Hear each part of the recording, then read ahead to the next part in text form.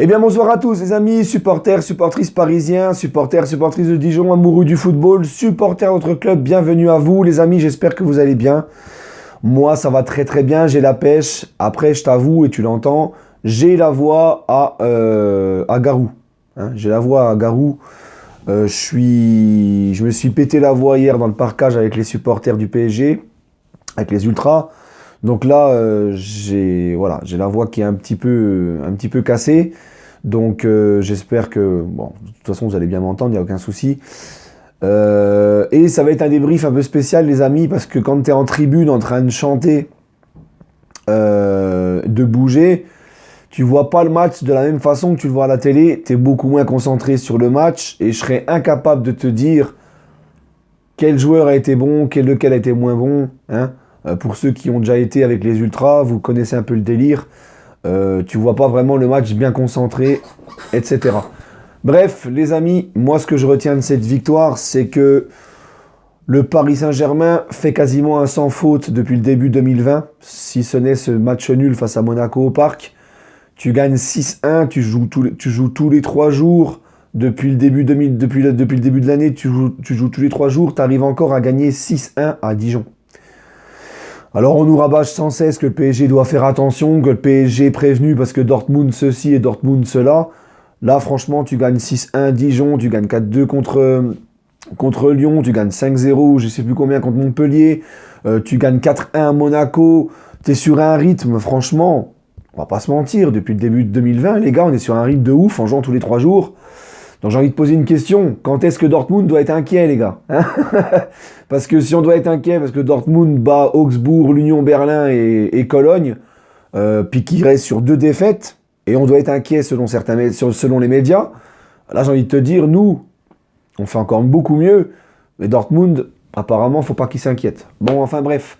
En tout cas, les amis, moi, ce match m'a fait grave plaisir parce que ça me rassure.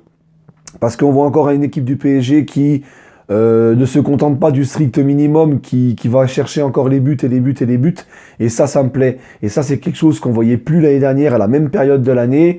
À la même période de l'année, on avait connu des matchs où on avait galéré face à des clubs amateurs en Coupe de France. Rappelez-vous, je ne sais plus contre quel club, on avait été jusqu'aux prolongations, il me semble. Après, tu te fais sauter en quart de finale de Coupe de la Ligue à domicile par Guingamp.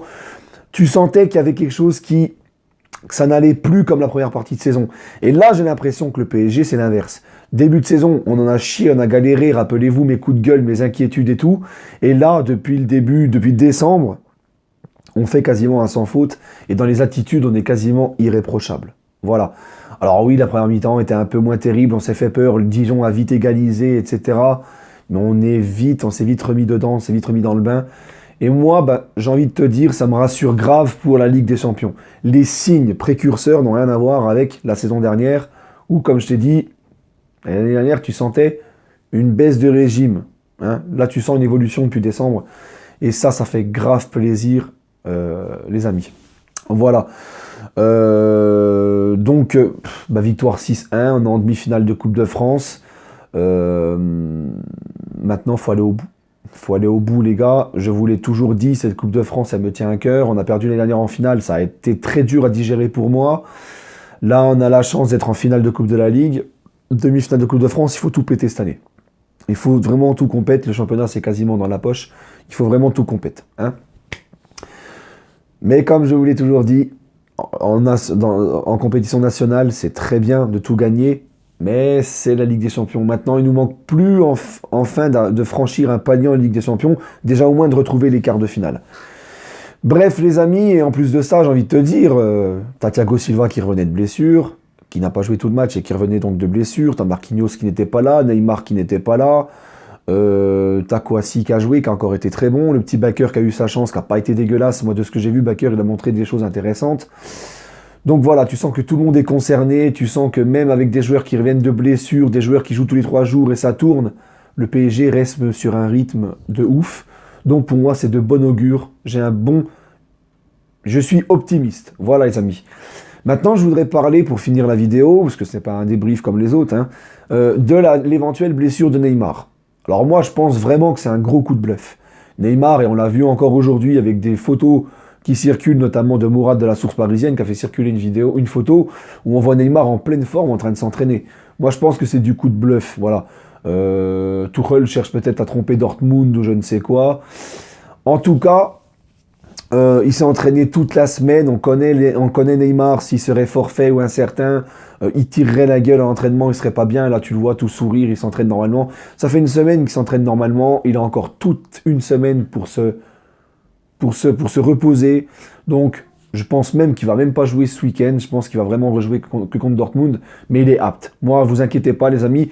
Vous avez été nombreux à me voir sur Snap, à me voir sur mes réseaux sociaux en privé. Ouais, t'as vu Ney, il est blessé. Même sur les réseaux sociaux, tu lis les messages des gens. Ouais, Ney, il est blessé. Non, mon Dieu, on est maudit, machin. Non, non, les amis. Moi, pour moi, c'est vraiment un coup de bluff. Il sera là à Dortmund. Par contre, ce que j'aime pas, c'est que Tuchel, si c'est vu que pour moi c'est un coup de bluff, et si c'est vraiment le cas, et je pense que c'est un coup de bluff, pourquoi tu dis ça? Parce que là, tu es en train de réalimenter les polémiques, tu es en train de redonner à bouffer aux médias, et on n'avait pas besoin de ça, tu vois. Mais enfin bref, voilà. Sur ce, les amis, écoutez, j'ai rien à dire de plus. Petit débrief spécial. Je vous souhaite à tous une agréable soirée, et on se retrouvera demain pour le l'avant-match face à Amiens. Voilà les amis. Et pour la FAQ, j'ai toujours tous les jours quelque chose à dire et je repousse, mais vous inquiétez pas, la FAQ elle n'est pas oubliée, j'ai commencé un peu à la préparer, vous inquiétez pas. Voilà les amis, prenez soin de vous et allez Paris.